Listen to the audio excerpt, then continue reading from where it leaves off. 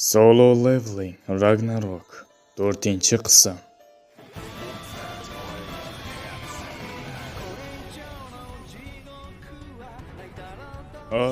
Yosh monarx, siz meni chizyapsizmi?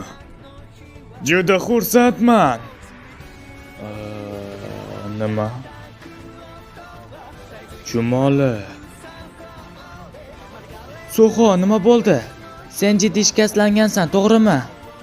Bunaqasi ketmaydi. Men senga bir ikkita uyg'ongan tansoqchilarni yollayman. Men yaxshiman.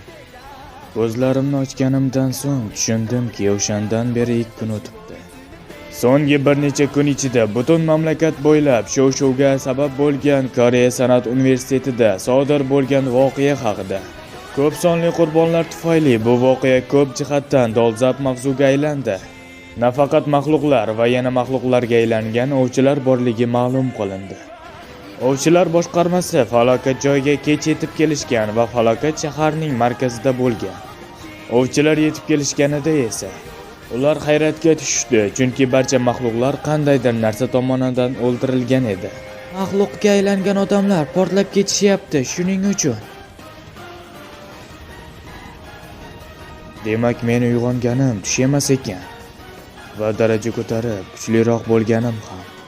Adashmasam meni S-ranglik maxluqga aylangan ovchi yaralagan edi. Lekin qanday qilib men tirik qoldim? Chunki uni men yengdim. Yosh monarx, anchadan beri ko'rishmadik. Yosh monarx, qanday bunday hayratlanarli o'sishga ulgurdingiz? Men juda ham xursandman. Oldin unutgan xotiralarim esimga tushyapti. Men bu chumolani bilaman. U mening bolaligimda men bilan birga yashagan qora mavjudotlardan biri. Lekin nima uchun men u haqda unutgan edim? Men berman. Men yosh monarx bilan uchrashish uchun o'lchamlarni kesib o'tdim.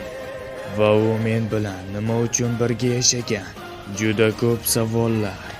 Qiziq, mening xotiralarimda sen kattaroq eding. Sen chumolisan-ku, to'g'rimi? Buning sababi shundaki, men bu yerga kelayotganimda o'lchamlardan o'tish uchun ko'p kuchimni sarfladim. Oldin men rostdan ham juda xavfli va kattaroq edim. Lekin sistema o'yningda sen oddiy askar deb yozilgansan. Nima? Qanday qilib sistema meni qandaydir kuchsiz mavjudot deb o'ylashi mumkin? Qiziq, jarohatlarim yo'q va og'riq ham. Meni sen davoladingmi? Sezilmasligi mumkin, lekin men juda zo'r davolovchiman. Men bu yerga sizning muhringizni olib tashlash uchun kelganman. Lekin muhrni men siz ham olib tashlaganingizni ko'rib juda ham quvondim. Muhr? Bu men tushimda ko'rgan narsa bilan qandaydir bog'liqlik joyi bormi? Siz buni tush deb o'ylagan bo'lishingiz mumkin, lekin bu hammasi haqiqatan ham sodir bo'lgan. Siz o'shanda juda kuchli bo'lgan edingiz. Lekin soyalar monarxi janob Son Jinvu, siz oddiy bolalardek yashashingiz uchun sizning xotirangiz va kuchingizni muhrlagan. Mening dadam? Demak, sen g'oyib bo'lgan dadam bilan tanishsan. U g'oyib bo'lmagan, u tashqi makonga ketgan. Tashqi makon? Bu bilan nima demoqchisan? Qisqa qilib aytadigan bo'lsak, buyuk soya monarxi Son Jinvu yerni bosib olmoqchi bo'layotgan bosqinchilar bilan urushishga ketgan.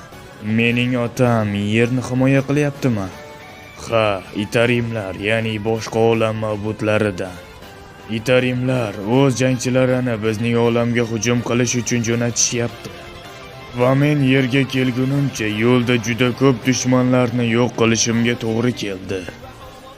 Yerda darvozalarni paydo bo'lishi shubhasiz ularning ishi. Shunchaki kulib qo'ydim. Demak, oyim u bilan birga ketganmi? Yo'q. Men ularni birga ketishgan deb o'ylagan edim. Axir ular bir kunda g'oyib bo'lishgandi. Nima? Xin xonim g'oyib bo'lganmi? Itarimlar, ularning qo'shinlari yerga turli xil iflos ishlar qilishayotganiga ishonchim komil. Shubhasiz bu ham ularning ishi. Mening ota-onam qayta olishmaydimi? Siz ular bilan uchrashmoqchimisiz? Albatta. Men shuncha yil bir o'zim yolg'izlikda yashadim. Unday bo'lsa, sizda faqat bitta yo'l bor. Soyalar monarxi hozircha qayta olmaydi, shunday ekan. Siz kuchliroq bo'lib, Xiyin xonimni izlab topishingiz kerak. Keling, darajangizni ko'taramiz. Kalitni o'z soyangizga joylashtiring. U yerga kiring va o'zingizga tegishli bo'lgan kuchni tortib oling. Men bunga hali ham ishona olmayapman. Ma'budlar bilan urush, soyalar monarxi. Bularning hammasi xuddi ahmoqning safsatasiga o'xshaydi. Lekin agar men ular bilan uchrashishga imkonim bo'lsa, men darajamni qancha ko'tarish kerak bo'lsa, shuncha ko'taraman. Qirol, ber, yerga yo'l ol va Suxodan muhrni olib tashla. Siz yosh monarxni muhri haqida aytyapsizmi? Ha, itarimlarning yurishi yerga ham yetib borgan bo'lishi mumkin. Suxoga uning xotiralari va kuchini qaytar. Vaziyatga qarab, o'z ixtiyoring bilan harakat qilishingga ruxsat beraman. Agar siz menga shunday narsani ishonayotgan ekansiz, men ber, yosh monarxning yonida qolaman va uning o'sishini kuzatib boraman.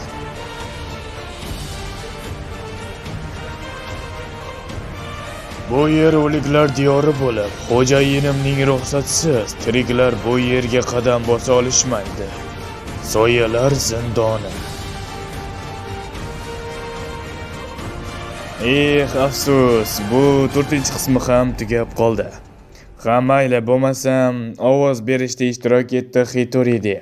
Bo'lmasam keyingi qismlarda ko'rishguncha bizani kanaldan uzoqlashmanglar, bizani kuzatib borishdan to'xtamanglar. Hammalarga omad.